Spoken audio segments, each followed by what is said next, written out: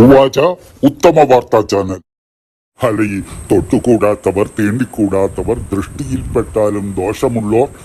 അതൊക്കെ നവോത്ഥാനത്തോടെ തീർന്നു എന്നല്ലേ പറയാൻ വരുന്നത്?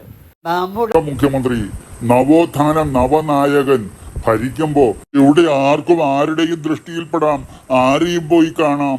തൊട്ടുകൂടാത്തവരും കണ്ടുകൂടാത്തവരും കേരളത്തിൽ ഉണ്ടാവരുത്. അതാണ് മുഖ്യമന്ത്രിയുടെ ലക്ഷ്യം. കാടവാല് പൊക്കുന്നത് എന്തിനാണെന്ന് ആർക്കാ അറിയാൻ വയ്യാത്തത്?